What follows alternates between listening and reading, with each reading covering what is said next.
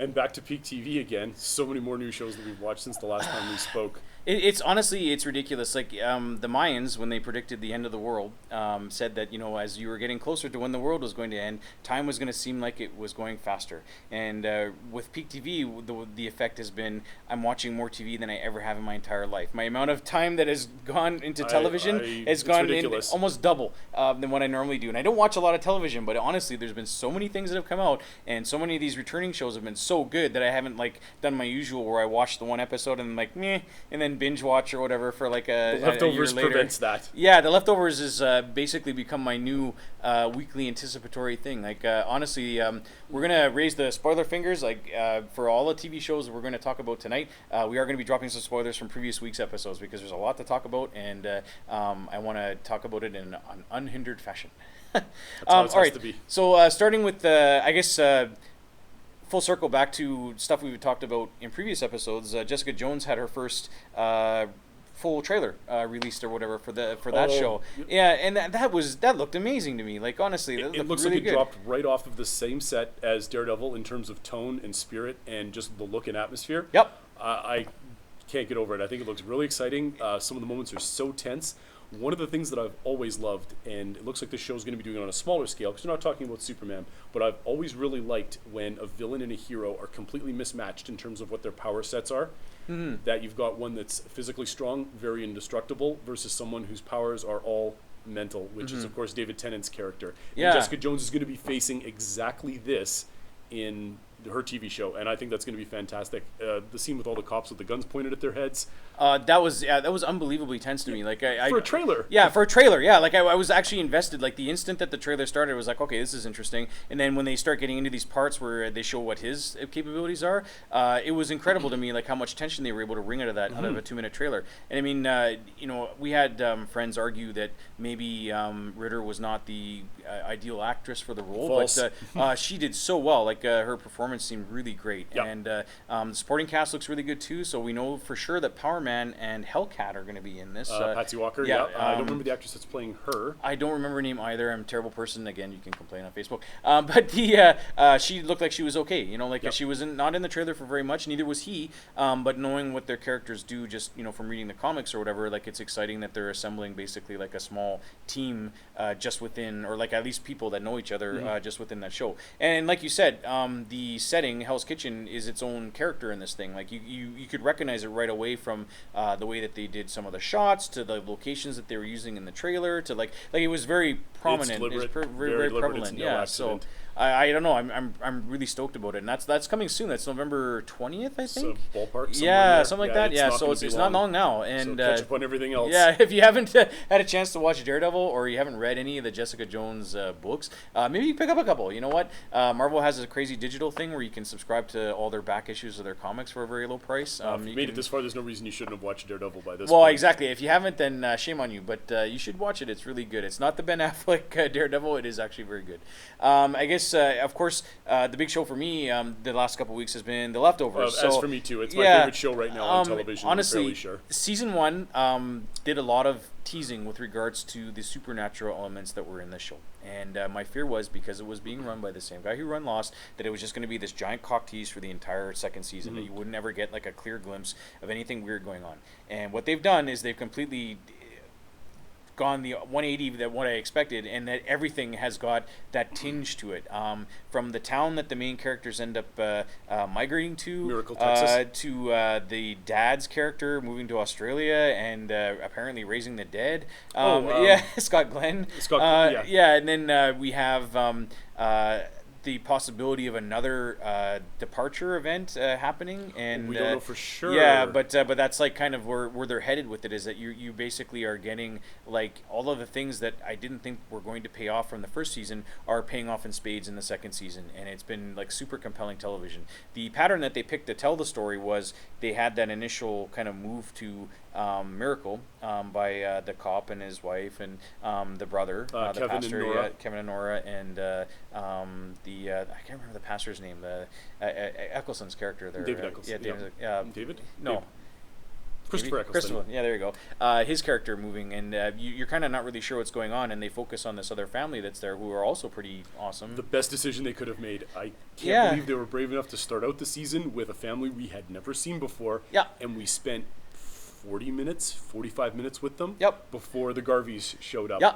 And then brave choice, and it was a wonderful choice. And the subsequent 2 episodes after the opener went back and told you why they were all there, and they did it in a great way. Like you got to see what happened to his wife, you got to see what happened to his son, you got to see what happened with their decision to actually go to America and why they did it.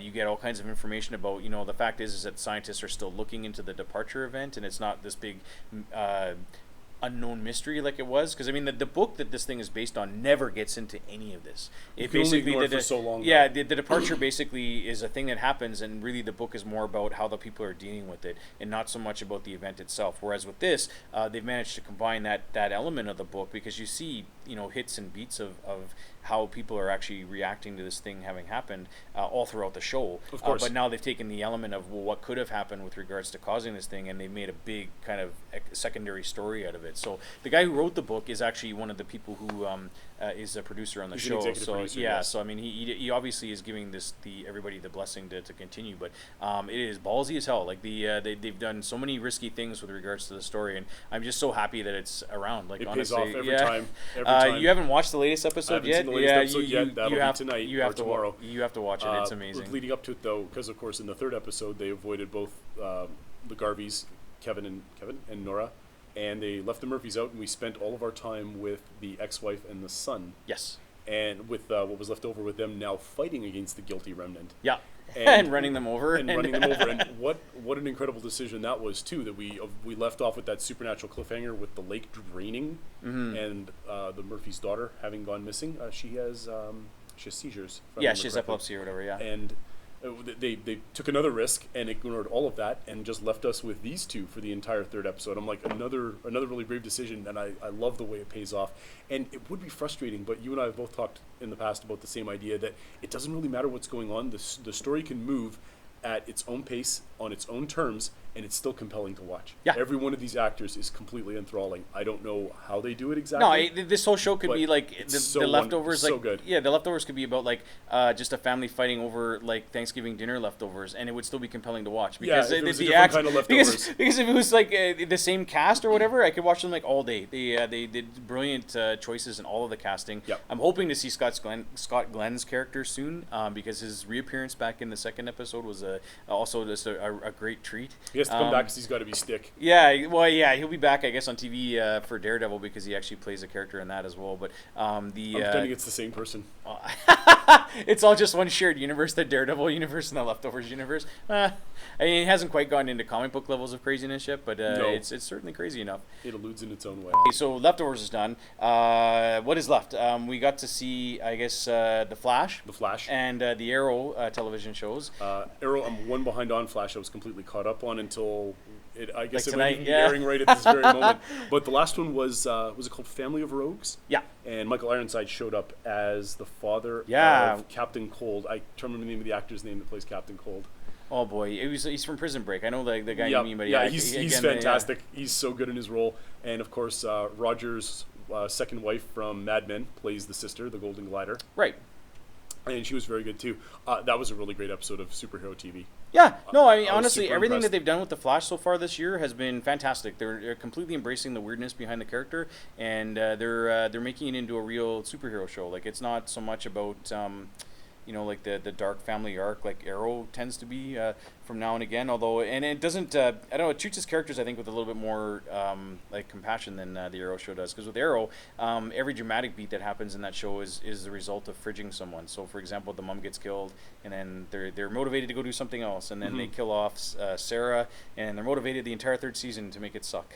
And then the 4th season so far with Arrow has been okay, but again, the way that the show is written is almost like Arrow is Batman. Like At he's least the at this same point, kind of Arrow dark- doesn't feel as disjointed as it did No. in season 3. So thank God for that. Yeah, I think they've kind of wove the strings back together, and they're making it into a tighter show again. So I mean, based on what we know about the Heroes of Tomorrow or the Legends of Tomorrow, Ray Palmer is alive, and he's going to be back and being Along in that with, show. Captain whatever his name is from Captain the future.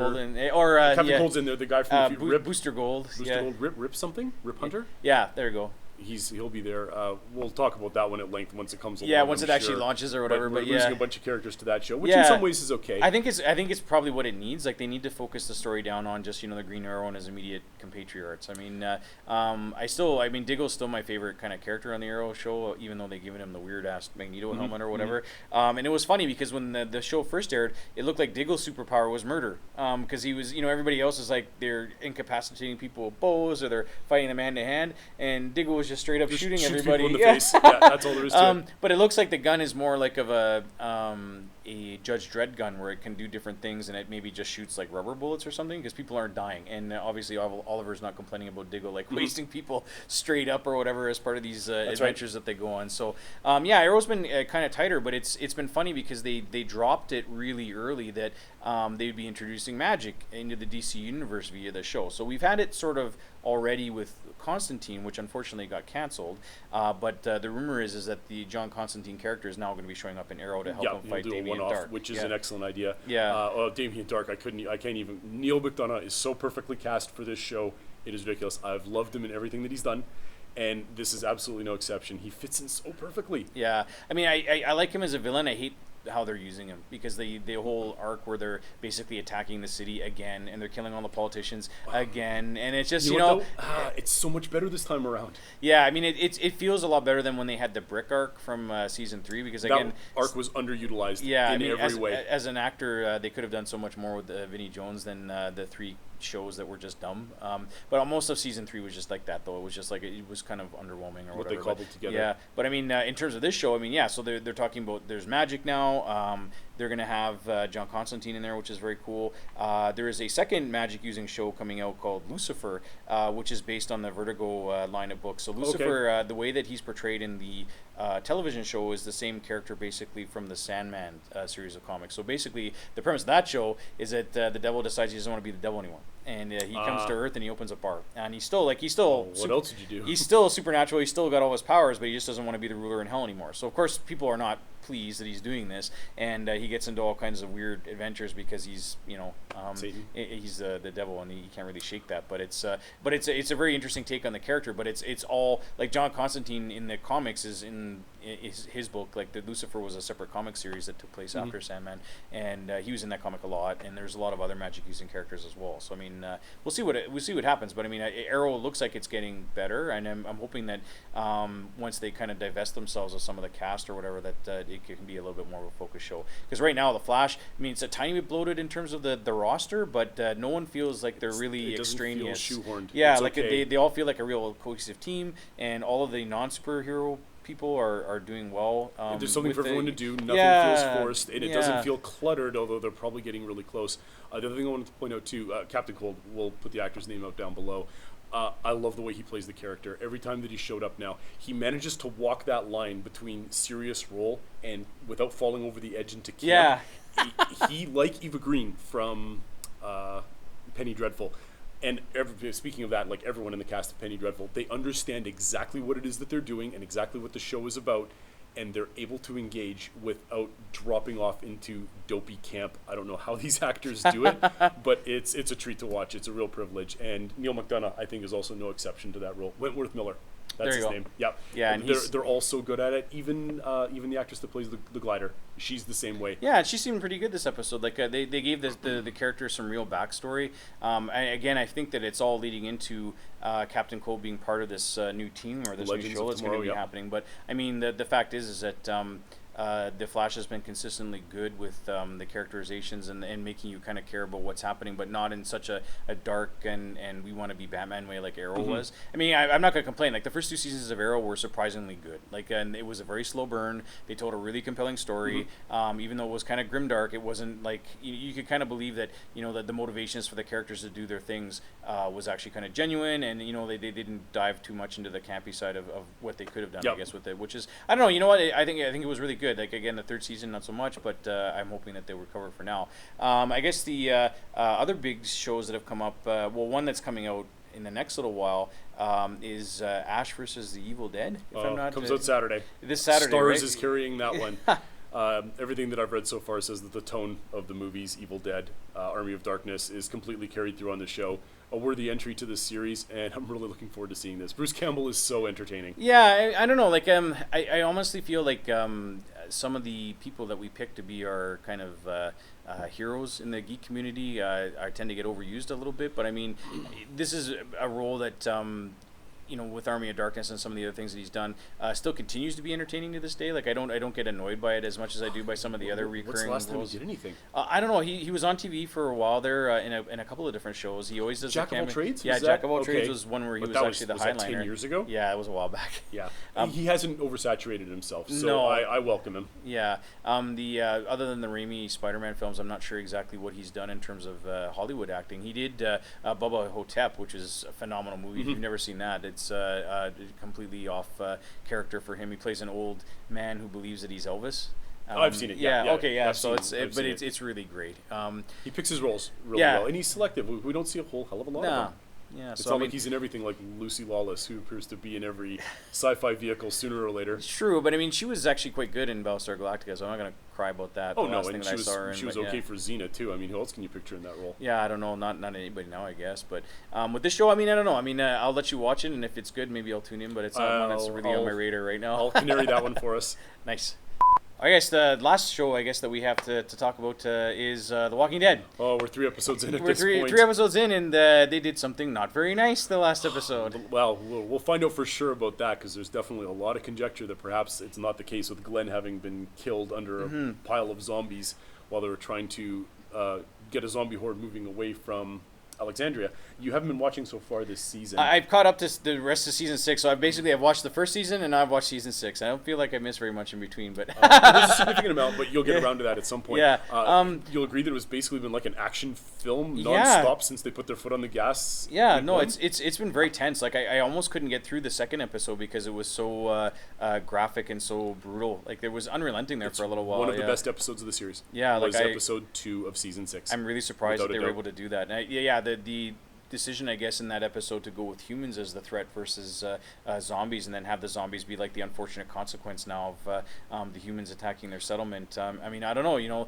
The thing with Glenn, I mean, I recognize the character from the first season and from the comics, and he was always like one of the favorite characters in the comics. But in the book, they kill him eventually. Like, and the way that they kill him is actually very random and very just gross. I mean, it was basically Robert Kirkman going like, "Yeah, you know what? I'm badass. I'm gonna kill this guy." I was frustrated too. Yeah, like, by so I mean, what had happened. I don't know. It seems like the way that they filmed this one, it's not very clear whether or not Glenn is actually dead. I'm because certain that's deliberate. there's a part where the dead people are ripping off the shot's right about here. Yeah, but they're ripping all these intestines out, and it's like, well, the hands are like right here. They're not down here and pulling them over Glenn's head or anything. So you almost think that the body of the guy who committed suicide fell on Glenn, and that's who's getting kind of maybe this way. Yeah, and his abdomen is right about here. Yeah. I'm positive it was all deliberate, because every time we've seen a character die in The Walking Dead, a favorite character like Herschel or Dale, it's always been ridiculously graphic. There's been no doubt in your mind this character is gone. I think it's intentional that they've left it this way for now. The Talking Dead, the show that I just love, that they put on right after The Walking Dead, they always have an in memoriam every week, and they say goodbye to all of the characters that were gone, plus whatever zombies were killed, and they give them cute little nicknames, and Glenn was conspicuously absent from it. So maybe they know something we don't. I think that they do. I really do think that that's the case. I'm wondering if they're testing the waters and seeing how fans react to something like this, because next week is a 90-minute episode. Yeah, it's the movie length episode or whatever. Right, right. And although they showed some clips with Morgan playing around with his bow staff, I'm pretty sure we're not getting 90 minutes of Kung Fu Morgan. I don't know. So that would be amazing if they actually went ahead and did that. But I'm also sure there'd be a torch-wielding mob outside of AMC headquarters if they tried a stunt like that after the cliffhanger they had this past week. So I think they're going to test the waters and see what it is that they can get away with. Although, you know me, I don't think fans should ever be writing what happens for a show. Well, and that's true. I mean, but having said that, I mean, it's television, and there's a direct correlation between keeping the fans happy and your survival as a television show, right? So it's just like they'll never kill off Daryl at this point because he's like one of the most popular characters. Way too popular. Same with Carol. I don't think that they would be able to get rid of her at all. There's a difference with all of these too. When I go back to Homeland, another example that I love, they kept Damian Lewis's character alive far too long on that show, and that was direct interference from the Showtime executives because fans liked the character so much. The difference here, though, was that the narrative possibilities for Damian Lewis had completely expired basically by episode 4 or 5 of the second season. Keeping him alive just didn't make sense anymore. There was nowhere in the world that this character could go. Prison would have been a lucky outcome for him if it was only in prison for the rest of his life. So keeping him alive as long as they did, it was just so clunky and it didn't work. Yes, he's a great actor. Yes, he was an excellent character. His narrative value had expired. Daryl, that doesn't exist. Yeah, he's just kind of shown it doesn't exist. So keeping them around, you're not creating a situation where you're having to write more and more implausible reasons for this character to have value within your ongoing narrative week to week as you're fighting. Well, yeah, because and that's always been kind of like I guess the biggest weakness of the show is that there really isn't a narrative other than life is hard. I mean, right. yeah, which tragedy. plays to their favor. You don't have to kill off characters that have expired their narrative value. They've always got something to contribute. Yeah. This time around, I think they've found a lot of really fertile ground with having extremely inexperienced Alexandrians that have virtually no clue about the outside world, which they explained with the pit, that just the zombies happen to be falling into it, so they stayed relatively immune to the horrors of what the zombie apocalypse can really be about. So now we're in a life or death situation where we've got our group of characters that are hardcore badasses, and all of these Alexandrians that just have no fucking clue how any of this goes. So I like what I'm seeing there with the interactions between these characters as they're confronted with a life or death situation that's been thrust upon them. Yeah, no, I agree. I think that there was a nice counterpoint because really the townies are not really good at anything. And there's like the one scene right at the beginning of the episode where a guy's like shooting a gun at random, shoots his buddy in the leg. Yes. Shoots somebody else and then takes off into the woods because he's basically like he can't handle what's happening or whatever. And then the guy that was with Glenn as well. Basically he wasn't sure how to kind of cope with everything. He sees his best friend dead like not even 2 minutes before they get under the dumpster or whatever. And then he just decides that's it. Yeah, and he just decides that that's it. You know. Yeah. And then, now, what you didn't see was that Nicholas almost killed him last year. So those two have come around in terms of friendship. Nicholas tricked him to come outside of Alexandria and almost killed him in the forest. They had a fight to a standstill before coming back. So that's why there's some tension between those characters. To a degree, he's trying to redeem himself, and I'm wondering if that's what he wanted to do and it didn't work out his way. I don't know. Yeah, well, I guess we'll have to see if they're going to actually explain it or if you're just going to left to guess, but my bet, if I'm using my super precog abilities, is that Glenn is not dead, and then that's my hunch at this point too. Everything seems too deliberate, and they know we pay attention to all of these details, and we use the internet to communicate about it. Another thing that I do like too is, of course, a lot of the Alexandrians. Some of them are snippy about their new role as the world is becoming more obvious to them as the veil gets lifted, and some of them are dying as a result of it. Then there's others like Dollar Store Kate Mulgrew, who runs the show in Alexandria. Her admitting that basically, I don't know what this is about. I have no value whatsoever with what's going on here. Me even going back inside the town is kind of pointless. Go ahead and you do your thing, Maggie. And was it Carol that was with her? I think so, yeah. I can't remember, yeah. I mean, Carol, of course, she was fantastic in that episode. You did manage to make it all the way through episode 2? Yeah. Okay. Yeah. Okay. No, what did you think? See, because you haven't been exposed to her too much. No. Last time you saw her, she was this cowering wife that her husband punched 17 times by Shane at the laundry pit. I saw like a couple of episodes from different seasons where she kind of progresses into more and more of a badass, and it looks like she's kind of come full circle all the way around and is now like kind of a major character on the show. But she's ridiculously entertaining to watch. Like she plays the role very well, and the arc that they've given her. I mean, I don't know, like it's believable that she's able to, she was able to survive all of the stuff from season 1. And it makes sense that she's still here or whatever. So you'll see threads throughout where they reference her being a domestic violence survivor. And they use it in very subtle ways, to their credit, which is another thing that I really enjoy, that help make her stronger and help make her better able to deal with some of the situations that she's presented with because she's a strong domestic abuse survivor. So I think that's a really neat touch. It's not something that is typically an area that TV wants to go near. So I commend them for that. You usually get that very special episode of where it's like, they spend an whole entire episode on something like that, and then it's just completely forgotten about for the rest of the series or whatever, and that happens in a lot of dramatic television. But it's you're right that they have incorporated kind of like that element of her character, and a lot of the other characters too. I mean, like, because Daryl is the shit with his brother, and they bring that back a lot, like, but I think that makes sense because it's like this character is still alive and is still dealing with all this stuff, and during the quiet times when they're not actively being chased around by stuff, it makes sense that they think about some of this stuff and that they would want to rehash some of that stuff. So it's I don't know, it's so far, I mean, it's I don't know if it's made me want to go back and watch like every single episode, but I kind of maybe want to go back and see last season just to see the getting into Alexandria. I would do and 4. Stuff. Yeah, I would do 4 if I was you. 4 or 5. Yeah, maybe I will.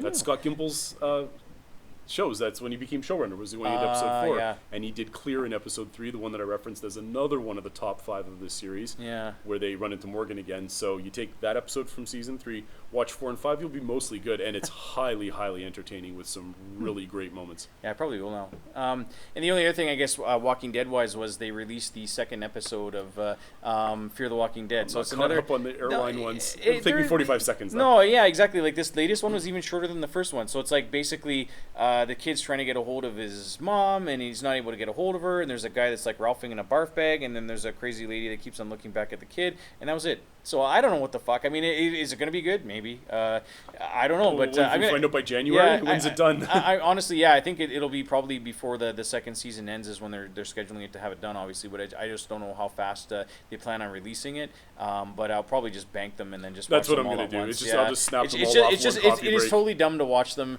as they come out because it's not enough to watch, and you're just left going, meh. I don't know what's happening. I don't remember what happened in the last 45-second installment. Yeah.